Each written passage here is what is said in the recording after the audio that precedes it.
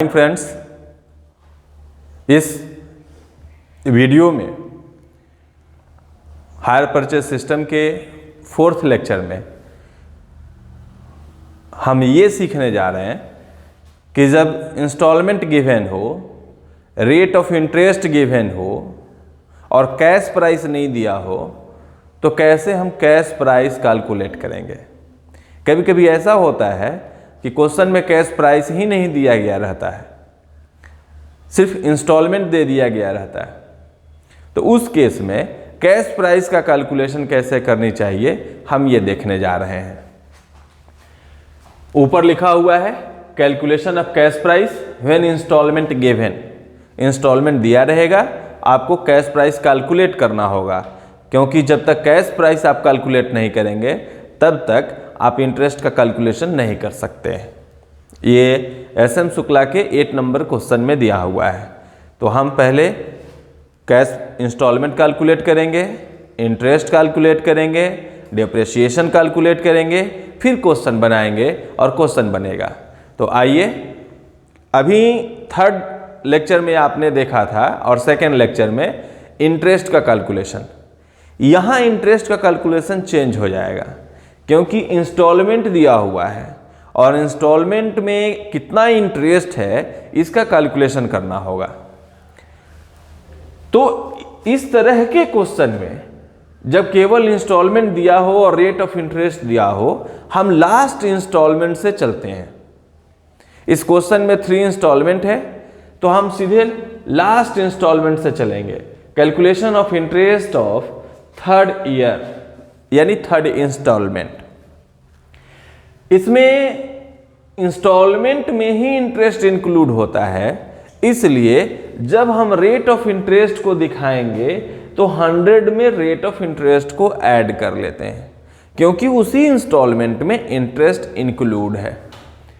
तो आप देखेंगे आपका इंस्टॉलमेंट 1100 दिया हुआ है, तो 1100 इंटू 10 बाई 110। अब 110 है, 10 टाइम्स में 1100 को कट करेंगे, हमारे पास अब इंटरेस्ट आ गया कितना, 100। ये लास्ट ईयर का क्या है, इंटरेस्ट है 100। अब इंस्टॉलमेंट में 100 इंटरेस्ट है, तो एक्चुअल इंस्टॉलमेंट प्राइस क्या है ये तो कैलकुलेट हो सकता है ना। Instalment price equal to 1100 minus 100 equal to 1000, यानी 3rd ईयर का जो इंस्टॉलमेंट प्राइस हुआ वो कितना हो गया, 1000 हुआ। अब आएंगे हम 2nd ईयर पर। जब 2nd ईयर का इंटरेस्ट कैलकुलेट करने चलेंगे तो 3rd ईयर का जो इंस्टॉलमेंट प्राइस है, एक्चुअल इंस्टॉलमेंट प्राइस है, उसको और 2nd ईयर का इंस्टॉलमेंट प्राइस जो गिवन है क्वेश्चन में, उसको दोनों को ऐड करेंगे, क्योंकि जिस समय हम 2nd इंस्टॉलमेंट पे किए होंगे उस समय ये भी अमाउंट पेबल होगा, ड्यूज होगा। दोनों को ऐड करेंगे, 10 से इंटू करेंगे, बाई 110 करेंगे, तो 127 पॉइंट समथिंग आएगा। आप हमेशा हायर परचेज सिस्टम में नियरेस्ट रुपीज लिखेंगे, यानी पॉइंट से पहले, पॉइंट के बाद 5 या 5 से एबव हो, एक्सेस हो, तो आप 1 ऐड कर लीजिए। अब पॉइंट के बाद अगर 5 बिलो है तो उसको छोड़ दीजिए। तो हमेशा हायर परचेज सिस्टम में हम लोगों को रुपीज में ही लिखना ज़्यादा सही रहेगा। तो 127 जो आया ये 2nd ईयर का क्या हो गया, इंटरेस्ट हो गया। अब 2nd ईयर का इंस्टॉलमेंट देखेंगे, तो इंस्टॉलमेंट देख रहे हैं, तो इंस्टॉलमेंट 2nd ईयर में 400 है, 400 से 127 माइनस किया इंटरेस्ट तो आया 273। ये एक्चुअल इंस्टॉलमेंट प्राइस हुआ 2nd ईयर का। अब जब 1st ईयर में आएंगे, 1st ईयर का इंटरेस्ट कैलकुलेट करने चलेंगे, तो ठीक उसी तरीके से जैसे हमने पहले 3rd ईयर का 2nd ईयर में ऐड किया था, अब 3rd ईयर का एक्चुअल इंस्टॉलमेंट, 2nd ईयर के एक्चुअल इंस्टॉलमेंट और 1st ईयर का जो इंस्टॉलमेंट गिवन है वो तीनों को ऐड करेंगे। ऐड करके इंटू 10/110 करेंगे, हमारे पास आएगा 170। तो 170 भी क्या हो गया, फर्स्ट ईयर का इंटरेस्ट हो गया। ये इंटरेस्ट किस ईयर का हुआ, फर्स्ट ईयर का। अब हम इंस्टॉलमेंट प्राइस निकालेंगे फर्स्ट ईयर का। तो फर्स्ट ईयर का आपको इंस्टॉलमेंट 600 दिया हुआ है, उसमें इंक्लूड इंटरेस्ट कितना है 170। तो 600 माइनस 170 इक्वल टू 430। अब आपको टोटल कैश प्राइस कैलकुलेट करनी चाहिए। तो cash price of machine equal to, ये 400 क्या है, ये साइनिंग अमाउंट है, डाउन पेमेंट है। तो down payment plus first year का इंस्टॉलमेंट प्राइस, सेकेंड ईयर का इंस्टॉलमेंट प्राइस और थर्ड ईयर का इंस्टॉलमेंट प्राइस, तीनों को ऐड कर लेंगे। 2103 रुपीज़ जो आया, ये हमारा एक्चुअल कैश प्राइस हुआ। यानी मशीन का एक्चुअल कैश प्राइस कितना हो गया, 2103। आप देखेंगे क्वेश्चन में टोटल अमाउंट पे किया गया है कितना, टोटल अमाउंट पे किया गया है 2500। तो एक बात का ध्यान रखिए, आपका कैलकुलेशन सही है या गलत है कैसे पता चलेगा। अब आप टोटल इंटरेस्ट कर लीजिए। Total interest equal to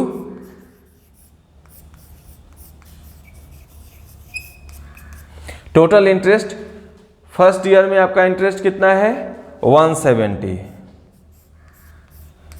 second year में आपका इंटरेस्ट कितना है 127 और थर्ड ईयर में 100।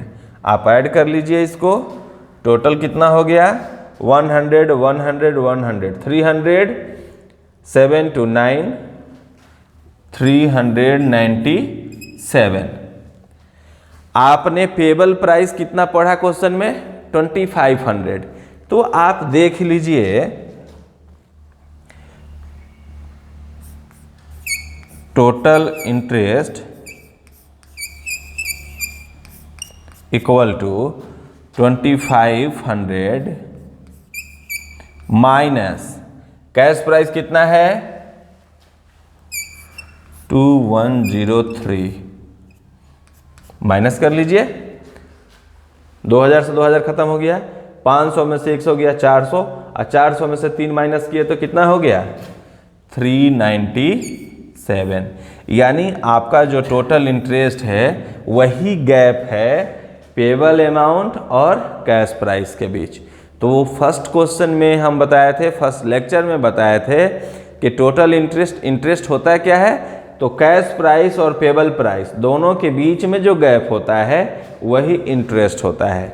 दोनों इंटरेस्ट हमारा टैली कर गया, इसका अर्थ है कि हमारा टोटल कैलकुलेशन जो है सही है। अब हम आगे बात करते हैं क्वेश्चन में डिप्रिसिएशन का कैलकुलेशन कैसे करेंगे।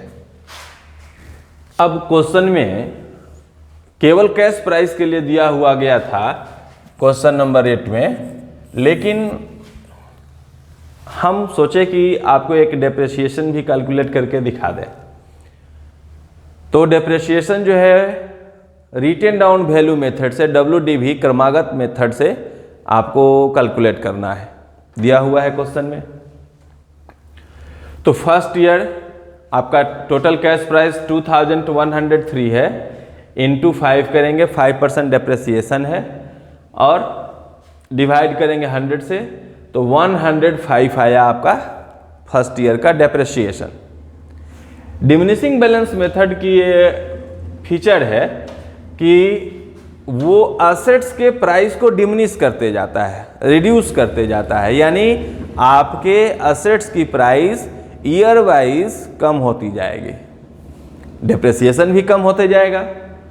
तो इसलिए जब हम सेकेंड ईयर में आए हैं तो जो कैश प्राइस 2103 है उसमें से फर्स्ट ईयर के डेप्रिसिएशन को माइनस किए तो आया 1998। तो 1998 में 5 से इंटू करेंगे और 100 से डिवाइड करेंगे तो आएगा 100। तो ये सेकेंड ईयर का डेप्रिसिएशन हुआ। अब थर्ड ईयर के डेप्रिसिएशन की बात करें तो इसमें से माइनस किए तो आया 1998। अब इसमें से माइनस करेंगे सेकेंड ईयर के डेप्रिसिएशन को, तो जब इसको माइनस करेंगे तो 1898 आएगा, और उसमें इंटू करेंगे 5 से, 100 से डिवाइड करेंगे तो आएगा 95,000। तो अब आपके पास ईच ईयर का actual instalment price, each year का इंटरेस्ट, ईच ईयर का डेप्रिसिएशन तीनों कैलकुलेट हो गया। अब आसानी से आप क्वेश्चन बना सकते हैं। इसमें एक और मेथड आता है, calculation of cash price by annuity method. तो अब हम उस पर चर्चा करने चलते हैं कि calculation of cash price by annuity method कैसे होता है। आइए देखते हैं calculation of cash price by annuity method कैसे होगा। इस टाइप का जो क्वेश्चन होगा उसमें आपको इंस्टॉलमेंट प्राइस दिया रहेगा। इंस्टॉलमेंट प्राइस के साथ साथ एक रेस्पेक्टिव ईयर के लिए 1 रुपीज़ का वैल्यू दिया रहेगा। जब भी एन्युटी मेथड होगा तो उसमें याद रखिएगा 1 रुपीज़ का वैल्यू दिया गया रहेगा एक रेस्पेक्टिव ईयर के लिए। तो उसमें कैश प्राइस कैलकुलेट करना बहुत ही आसान होता है। कैसे? कैश प्राइस इक्वल टू, उसके लिए एक फॉर्मूला हम नोट कर लेते हैं, cash price equal two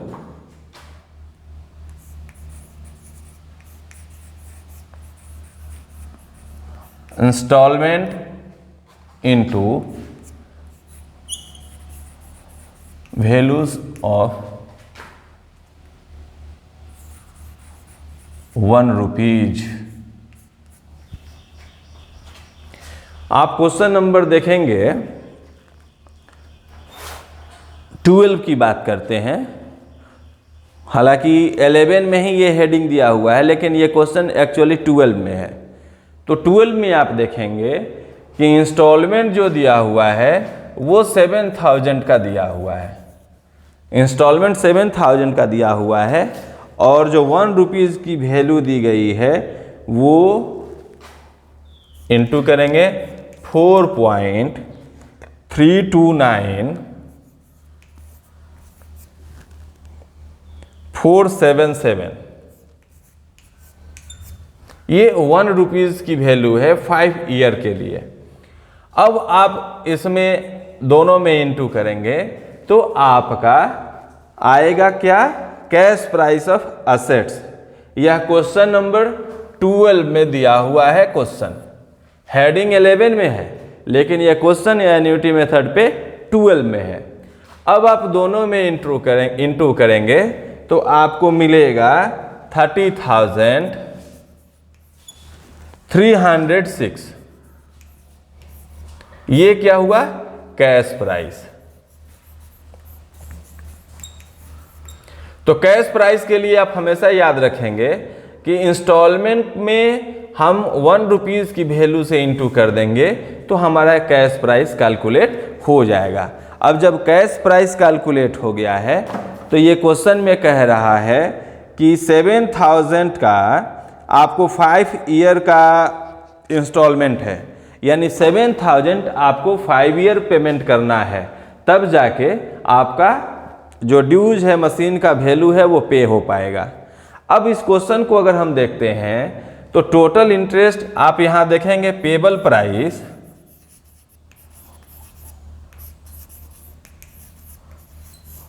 of machine. Payable price of machine कितना हो गया? 7000 इंटू 5, यानी 35,000 आपने क्या किया? अमाउंट पे किया, आपको पे करना है। और कैश प्राइस ऑफ असेट्स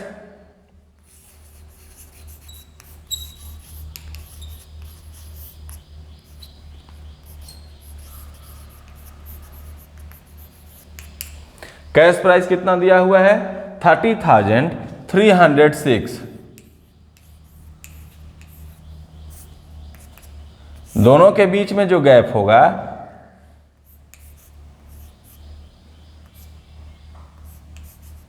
4,194, वो क्या हो गया? टोटल इंटरेस्ट हो गया। अब फर्स्ट नंबर जो क्वेश्चन आप बनाए हैं, फर्स्ट नंबर क्वेश्चन में जिस तरीके से इंटरेस्ट का कैलकुलेशन किए हैं उस तरीके से आप यहाँ से इंटरेस्ट का कैलकुलेशन करेंगे।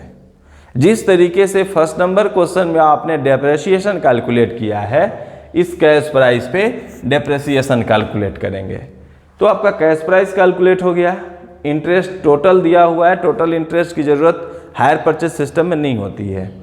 तो हमने इसलिए कैलकुलेट किया कि जब कैलकुलेशन ऑफ इंटरेस्ट आप करेंगे और ईच ईयर का इंटरेस्ट कैलकुलेट करेंगे तो टोटल इंटरेस्ट करके ईच ईयर के इंटरेस्ट को ऐड करके हम कंपेयर कर लेंगे इससे कि हमारा कैलकुलेशन सही है या गलत है। यह एक चेक करने का तरीका है।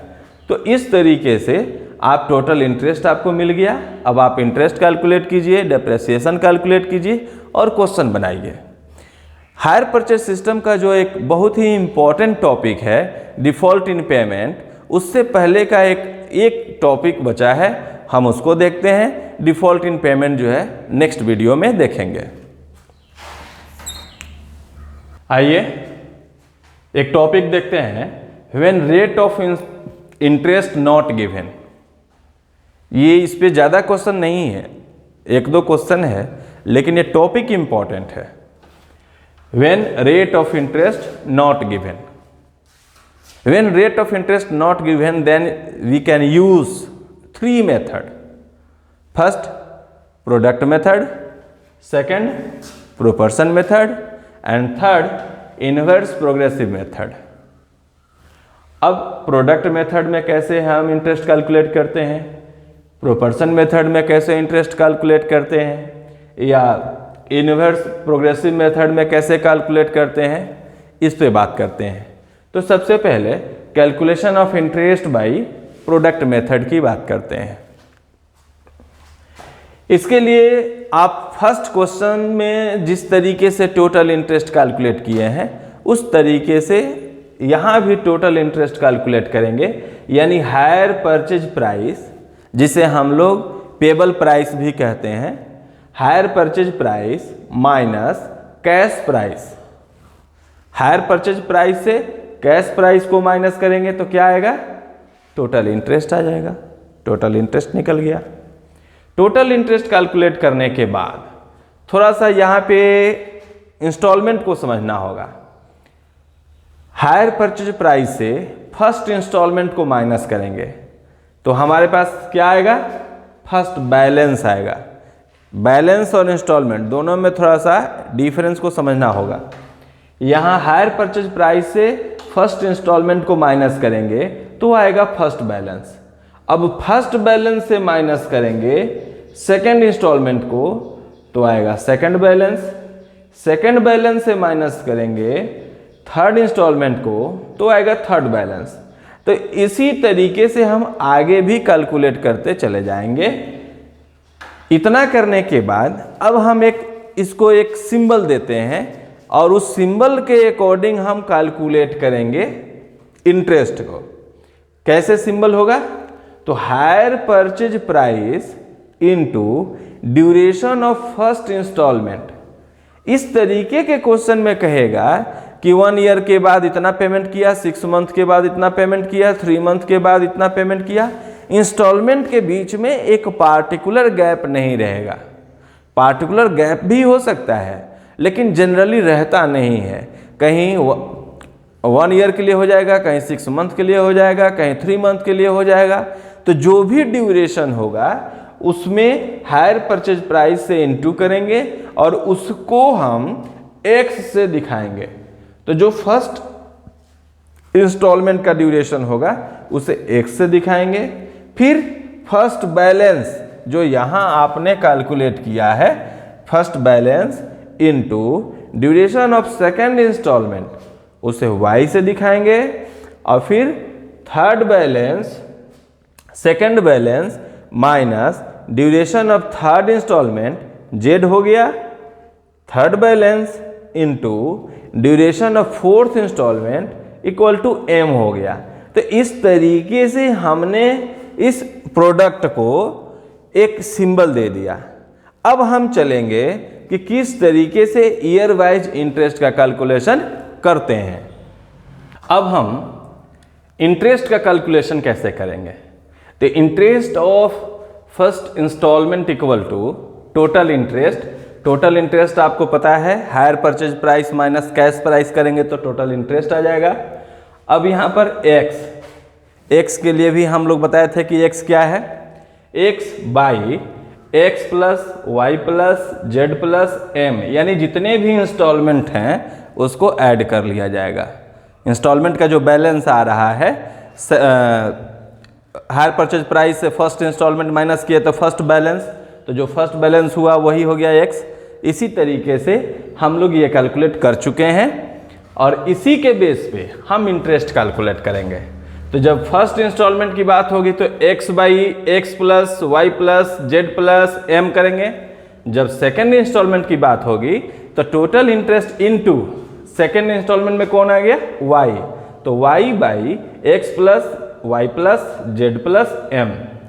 फिर जब थर्ड इंस्टॉलमेंट की बात होगी तो थर्ड में कौन है, जेड, तो z by x plus y plus z plus m. और फोर्थ इंस्टॉलमेंट की बात हो तो फोर्थ में हमारा एम है, m by x plus y plus z plus m हो जाएगा। तो इस तरीके से हम प्रोडक्टिव मेथड से कैलकुलेट करेंगे इंटरेस्ट। अब प्रोडक्टिव मेथड पे एक क्वेश्चन और इन्वर्स प्रोग्रेसिव मेथड और प्रोपोर्शन मेथड दोनों की चर्चा हम नेक्स्ट वीडियो में करेंगे। प्रोडक्टिव मेथड पे एक क्वेश्चन भी बनाएंगे और proportion method, inverse progressive method, दोनों मेथड पे क्वेश्चन हम लोग नेक्स्ट वीडियो में देखेंगे। तब तक इस मेथड को समझिए, इस पे क्वेश्चन ट्राई कीजिए बनाने के लिए, और बनता है तो बहुत अच्छी बात है, नहीं तो नेक्स्ट वीडियो में हम बताएंगे कैसे क्वेश्चन सॉल्व किया जाएगा। चलिए, बहुत बहुत धन्यवाद, थैंक यू।